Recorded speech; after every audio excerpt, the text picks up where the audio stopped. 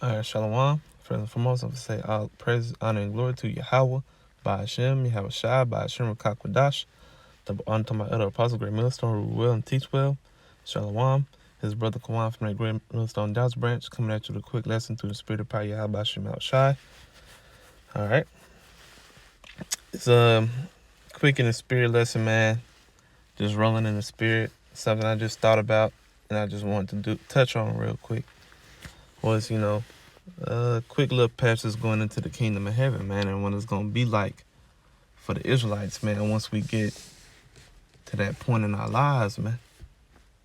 Once Yahweh Shai Shai delivers us from this captivity, hey, we going to be glorified to an extent that to where we can't even dream of, man.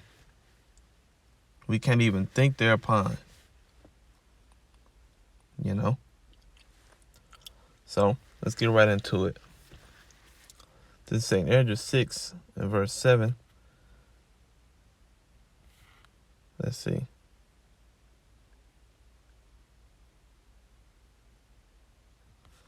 I'm going to start at 6. 2nd Ezra 6 and 6. And then did I consider these things, that I were made through me alone, and through none other. By me also they should be ended, by none other. Then answered I and said, what shall be the parting asunder of times? And when shall be the end of the first, and the beginning of it that followeth? And he said unto me, from Abraham unto Isaac. Lord is going down a bloodline, man. A bloodline that he cares about dearly, because those are the forefathers of the Israelites, man. You so-called Negroes, Latinos, Native Americans. Also, you speckled bird Israelites. Put quotations up on that, because that's what the Lord calls his people that are Gentiles, that are scattered abroad, that look like heathen on the outward appearance, but their bloodline go back to our forefathers, Abraham, Isaac, and Jacob, man, which makes you Israelites. So, with that being said, verse 8 again, he said unto me, from Abraham unto Isaac, when Jacob and Esau were born of him, Jacob had held first the hill of Esau. It was represented a what? A power struggle, man, between the two in the womb. And it mainly represented Jacob pulling down Esau out of that power seat, man. All right? Out of that position of being first. So, and Esau ended up giving over that blessing over to Jacob, man. So, we already won from that point forward, man. And even before then, before the foundation of the earth, the Lord had already thought this thing through, man. Salakia. For Esau is the end of the world, and Jacob is the beginning of it that followeth. All right? So, Esau, which is a self-proclaimed white people, and Jacob, which we already stated, self-proclaimed Negroes, Latinos, and Native Americans.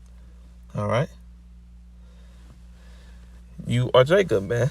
So once Esau's world is over, which that's just around the corner, as we can see, according to prophecy, World War III in the MOTB, which is what that's written about in Revelations, the 13th chapter, verse 16. Don't want to say it because I don't want to get a strike on my YouTube channel. But which is the RFID microchip, by the way. In the Greek, it's called the charagma.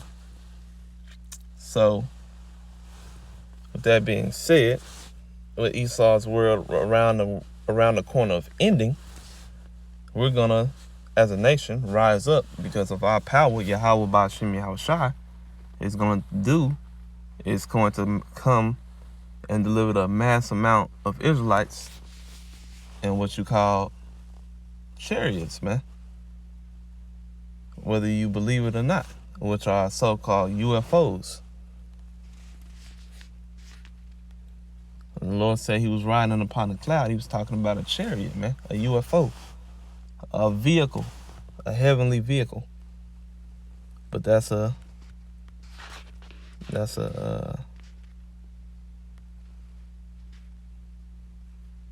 That's a whole nother topic for another lesson, man. Let's try to stay on track and not not trying to make it too long. Considering this is a very short chapter and it's easily get through. So we got that first precept in Second Esdras, the 6th chapter, to show you that this world that we're currently living in right now, this age, this kingdom, this captivity, is going to come to an end, and we're going to come to a rise. All right, we're going to come into that kingdom that the Lord promised Abraham from the beginning, man. That his seed shall be among the number of the stars. All right, we coming into that. Isaiah 16:1, arise and shine, for thy light is come, and the glory of Yahweh is risen upon thee. For behold, the darkness shall cover the earth, and gross darkness the people. But Yahweh shall arise upon thee, and his glory shall be seen upon thee. And the Gentiles shall come to thy light, and the kings to the brightness of thy rising, man. So there us written about us in Revelations, the 21st chapter, about that New Jerusalem coming down out of heaven, man. They said they're gonna be attracted to our light, man, and they gonna come unto us. They gonna mind you, we gonna take, all right, when we come down, but once they see that we taking like that, they're gonna come to us, man. They're gonna follow our vibration. They're gonna see, okay, these people are gods, man. Woo! Bro, this is not something light, man. This is not something light. This is very heavy, man. The Lord is talking about making his people immortal. All right? Immortals. Living forever.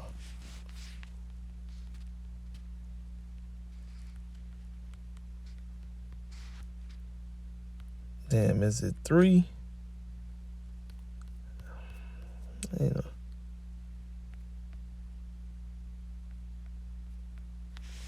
That might be 2.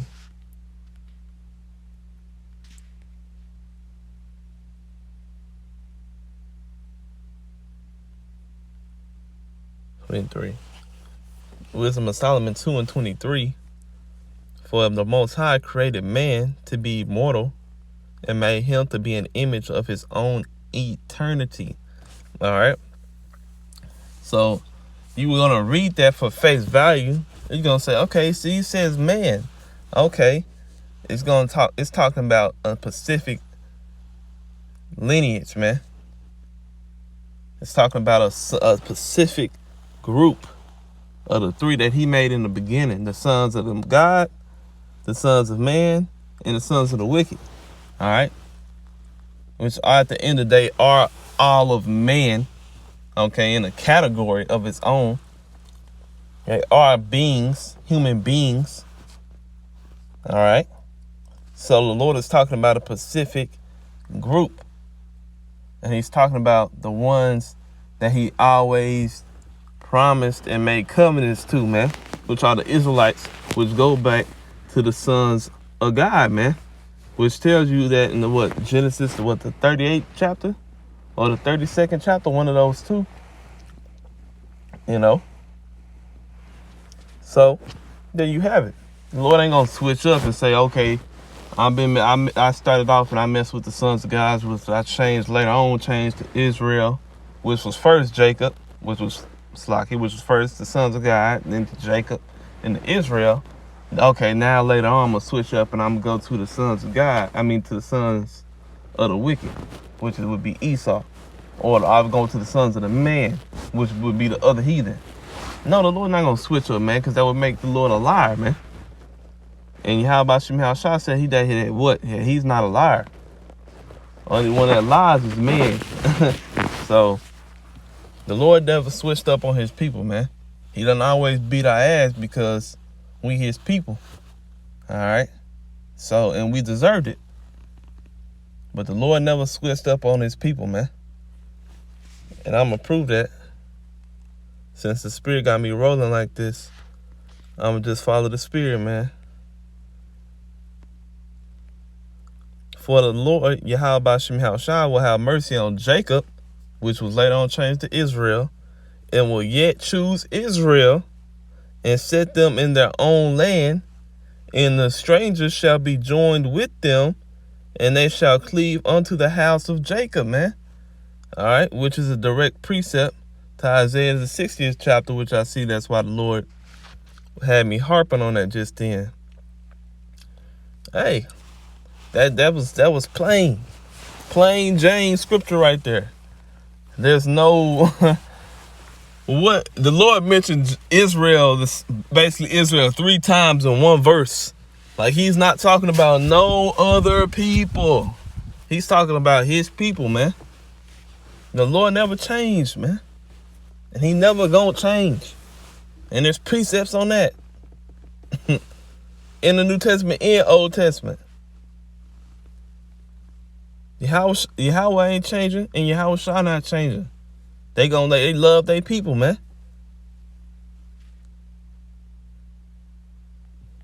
Which verse was I on? Verse 4. I believe I finished up verse 3. Lift up thine eyes round about and see all they gather themselves together, the heathen. They come to thee. Thy son shall come from far, and thy daughter shall be nursed at thy side. They gonna have come on, bro. Our sons, the Lord said, our sons, thy sons, which he's talking to Israel, shall come from far, and thy daughter shall be nursed at thy side. They're going to take care of our sons and daughters, man. They're going to be my handmaids, bondmen and bondwomen, okay? That's what the heathen going to be. Then thou shalt see and flow together, and thine heart shall fear and be enlarged, because thy abundance of the sea shall be converted unto thee. The forces of the Gentiles shall come unto thee. The forces I was talking about their resources, man. Their natural homegrown resources in their lands. They're going to bring that onto us. Lord's going to continue to explain it on further on down. The multitude of camels shall cover thee.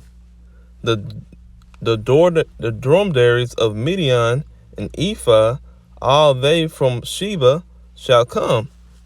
The Ethiopians, Cush and them, Ham, the so-called Africans today. They shall bring gold and incense. They shall bring gold and incense from the land of Ham. And they shall show forth the praises of Yahweh. They ain't going to be doing no more of that weird shit that they be doing, man. Ain't going to be no plates in their lips in the kingdom, man. All the flocks of Kedar shall be gathered together unto thee. The rams of I'm finna murder this, Lakia. The Bayathoth shall minister unto thee. They shall come up with acceptance on mine altar, and I will glorify the house of my glory. Hey, that's talking about, that's the Kedar, that's talking about Ishmael. All right. The Arabs, if you will. The glory of the house is what? Israel, man. More so the house of David. The elect, 144,000, man. Verse 8. Who are these that fly as a cloud and as the doves to their windows? Hey, that's a chariot of Isaiah seen a chariot of the Most High right there, man. Who are these that fly as a cloud and as the doves to their windows? That's why when that situation with Yahushua and John, when him receiving the Spirit and it came down as a dove, that was a chariot, man. That was there. And this verse backs that up, because it calls the chariot, it symbolizes the chariot as a dove in this verse, man. Surely the isles shall wait for me, and the ships of Tarshish first, to bring the sons from far, the silver and their gold with them, unto the name of Yahweh thy power, unto the Holy One of Israel, because he hath glorified thee. And the sons of strangers shall build up thy walls, and the sons of strangers shall build up thy walls. These are talking about heathens, not talking about your brethren, man. And their kings shall minister unto thee, for in my wrath I smote thee. The Lord's talking about us. In his wrath he smote us. But in my favor have I had mercy on thee. Ooh, and that's what we want, man. We want mercy, man. Because we deserve death, man, but we want mercy, man. And I'm going to honestly stop right there, and I'm going to continue this off a later time. But, man, hey, this is worth dying for, man. Nothing else in life, not your family, your friends, none of this bullshit that you can touch in this life that you in right now is worth more than this, man. Period across the board. And in that time, in that hour of temptation, we're going to have to show the Lord, man, what really matters the most to us. This life or the next, man. The next life going to be an infinite times better than this. Why? It's going to be infinite because it's going to be forever, man. All right? And you're going to be on top forever, so it's going to be infinite times better than this BS that you can have on this side, bro. So, Lord willing, this was edifying with that. I'm going to give all praises again to Yahweh, Ba'ashem, Yahweh Shai, Ba'ashem, Rakakwadash, Tawada, Tawab. All right. Shalom. On to the next one.